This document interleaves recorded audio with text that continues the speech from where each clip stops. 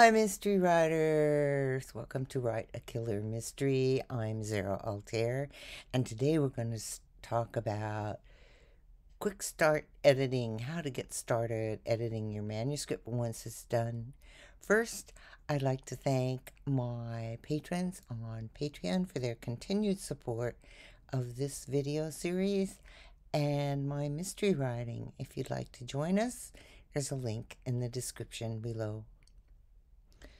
Okay, when you're writing your story, you focus on telling the story, and you may not be thinking about words or syntax. You're writing the story. But if you're like me, every once in a while you get to this placeholder sentence and you put it in there because you're writing your story and keep going. And then what happens with me is in the middle of the night, I wake up and I know how to fix the sentence. And I either grab a notebook next to me on the bed, so I turn on the light and write down what I think the sentence should be, and then go back to sleep, or I actually get up and go to the manuscript and fix the sentence because I know that I'm not going to go back to sleep until I fix that sentence. And if I wait till the next morning, that whole idea of the sentence and how it's phrased is going to be gone. So, and sometimes the same thing will happen with just a word. I'll know the exact word that I want to use that makes the sentence more vivid, and that same whole process I just described might happen. So programs, grammar checkers and the like ProWriting Aid or AutoCrit, may suggest sentence rewrites or word replacements, but it's always down to you what the real word you want to use is, what the real way you want to phrase that sentence is, because remember, those are just suggestions. And especially for fiction writers, it's all very subjective. It's up to you. So we all have our levels of editing focus, especially while we're actually writing the story. And this weekend I was at Pacific Northwest Writers Get Together, and the fellow next to me said he never wakes up in the middle of the night with le mot juste or how to rewrite a sentence. So everybody's different. But at some point in time, when your manuscript is finished, you do want to edit your manuscript because it makes it better. And even and you want to do this before you send it off to an editor. First of all, it's going to save you money because it's going to be less time that your editor has to spend on fixing your manuscript, and that when you catch those things that you need to catch, that means that your editor can focus their comments on your story and what is there. So you're going to catch a lot of those little grammar mistakes and consistency issues. So the greatest reward of self-editing, though, is gaining more control over your own work. As I said before, it's very subjective, and the more you focus on how you want the words to be, the better it's going to reflect you as a writer, as an author. When you can spot and correct most of the issues yourself before handing over your manuscript to an agent or an editor, you're improving your manuscript through self-editing. It helps establish trust with your editor because they know that you care about your manuscript and you're taking the time to go catch as much as possible, and that you also understand the common pitfalls that happen when you are, as it were, just writing, and that you go through and correct those minor errors. Um, Self-editing just pays a lot of dividends, and the initial investment of time and effort in editing your own manuscript allows for a smoother process and also helps cultivate valuable writerly skills for you. All right. So you want to iron out those worst errors before hiring an editor. Um, Self editing your manuscript before hiring an editor allows you to identify consistency, grammar, typos, and flow issues. All of these things you can find yourself. And you'll trim unnecessary sentences and strengthen your word choice. And this is something you should do before you send it off to the editor. In just a minute, I'm going to go through and list some things you can do. And as you minimize all those lower level fixes, once again, that gives your editor the opportunity to offer higher level editorial guidance. All right, so let's just go through some things that you can do for yourself. You're going to proofread the basic errors like typos, grammar mistakes, and punctuation errors. You can get help with this with spell check. You can get help with this through grammar check, and those will just spot those things you missed when you were writing. And also, you want to make sure that throughout your story you have consistency of the dates, you have consistency of the names of your characters and how those names are spelled, um, the facts, and what your spelling preferences are. All right. It also gives you a chance to evaluate the structure and flow of your story. And I suggest doing this before you do all those little fixes because you may be taking parts out or adding new parts. So you want to read through your writing to see if that structure works and the flow from one idea and one scene to the next scene is logical and smooth. And you'll improve your word choice and phrasing. You'll replace vague or weak words with more specific and forceful ones. And you'll condense repetitive or wordy sentences. All right. You'll also have an idea of how you gauge the tone and voice of your story, which you want to be consistent throughout the entire manuscript. So, one of the ways you can do this is to read your work aloud and just hear how it sounds. How does it flow? How does it flow aloud? That's going to help you a lot. You're going to trim unnecessary contents, even scenes, as you get a better feel for the overall picture of your manuscript.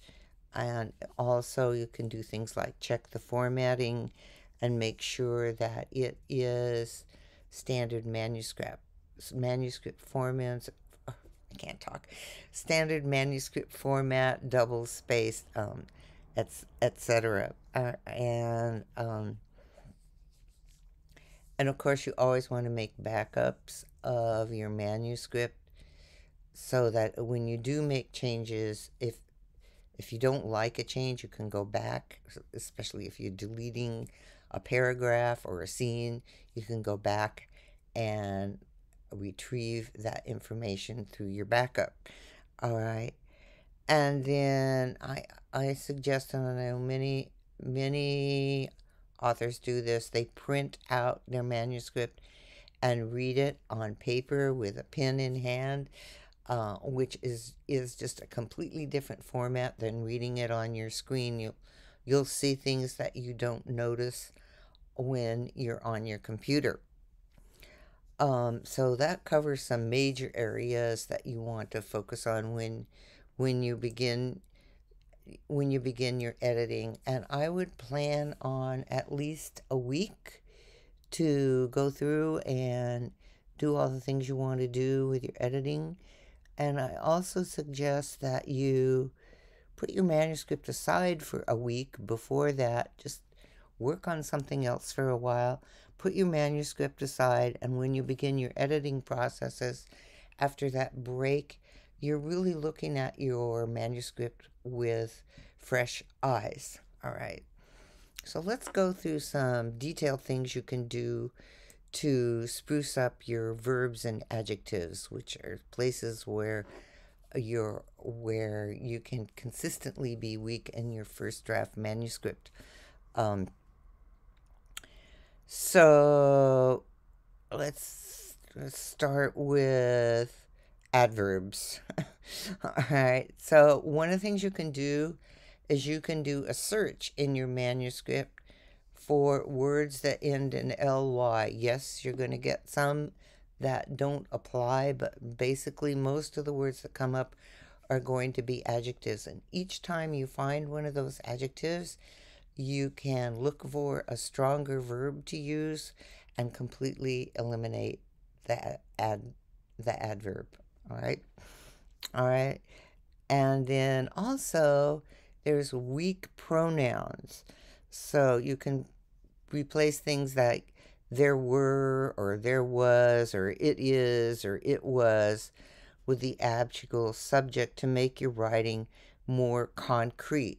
So instead of there were three options, they say three options existed and then list them. Be as specific as possible. All right. Another thing that I think we all find ourselves doing as we're writing is using filler phrases. So some examples of those are, and you can do a search for each one of these phrases. At that moment, all of a sudden, without warning, those are examples because they bog down your writing without really adding any meaning to the sentence. So also vague adjectives. Um,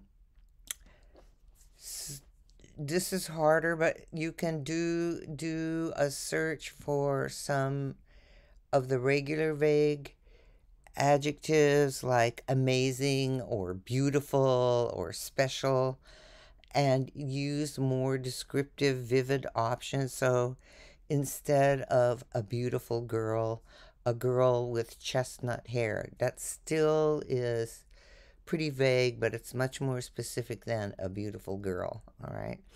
So you get the idea. So once you've identified all those areas of improvement, then you need to brainstorm your alternatives.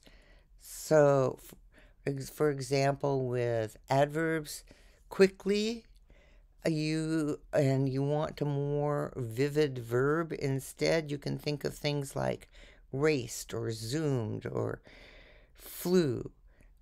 And instead of there were 5 possibilities, try 5 possibilities presented themselves. And this is something you can do, say, when your detective is trying to figure out what to do next. Probably aren't going to be 5 for your detective, but maybe 3. Just to make it as specific as possible. So, and you can swap out all at once or the suddenlies for specific details. So without pause, the crowd roared their approval. And rather than an incredible view, use sensory details. And a view that took her breath away is breathing. So all those sensory details of hearing, seeing, touch, taste, those bring that description to life and make it much more immediate for your reader. All right. By targeting all these areas and changes, you transform your, let's face it, dull prose into writing that comes alive on the page and makes it much more entertaining and vivid for your reader. So start with those ly words and just kind of work through it all. As you can see, it's going to take some time. That's why I suggest at least a window of a week to go through and do all of these things.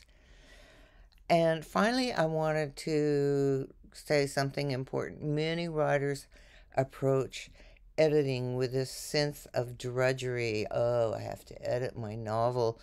And I think you need to adjust your mindset for this because I think it's very important. I have a writer friend who's always posting when she finishes her manuscript. She's posting about editing and which chapter she's on. She's very enthusiastic about her editing, and I encourage you to feel the same way because what you're doing is you're giving your authorly love and attention to your manuscript. You're nurturing it to be as vivid and exciting and engaging for your readers as you can make it. And I think that with this mindset, this positive mindset about editing, it's one, you're going to care a lot more about your editing, and two, it's going to go more smoothly because you're going to be proud of yourself for finding these things and making your manuscript come alive. Um, so slow down and actually read each sentence and picture the scene in your head. See if there are details that are missing or see if there's too much detail and you want to trim it down. Um, and then trust that the story wanting to be told comes from you. This is what's so important, and this is what makes your editing part of your really an integral part of your storytelling process is the story comes from you. And every single word that you choose is your choice. All right. And you care about your manuscript. And no manuscript is ever fully finished, ever. And it's ready to share. So view self editing um, to keep growing and strengthening your craft. All right. And give yourself permission to make changes, either big ones or small ones. Nothing is carved in stone, so you have the um, the power to change the story and make it stronger in your vision of how the story should be told. So, by approaching self editing with patience and an open mind and that spirit of nurturing your story, you'll cultivate an invaluable skill in your skill set of being a writer. All right, I think that's it for today. And of course, as always, if you have any questions, especially about editing or how to tackle this big project, be sure to drop them in the comments below. I'm always open to answer questions. And once again, I want to thank Audible for being a sponsor of Write a Killer Mystery, and I encourage you to try Audible, listen to stories if you've never done this before. It opens up a whole new way of experiencing stories as they're narrated with very, very talented voice actors. And there's a link to a 30-day free trial in the description below. And also, one other thing I wanted to mention is that Plotter can help you find those plot holes and inconsistencies when you do your structural edits. And there's also a link to a trial for Plotter in the description below. All right, thank you very much for being here, and I'll see you next time with Write a Killer Mystery.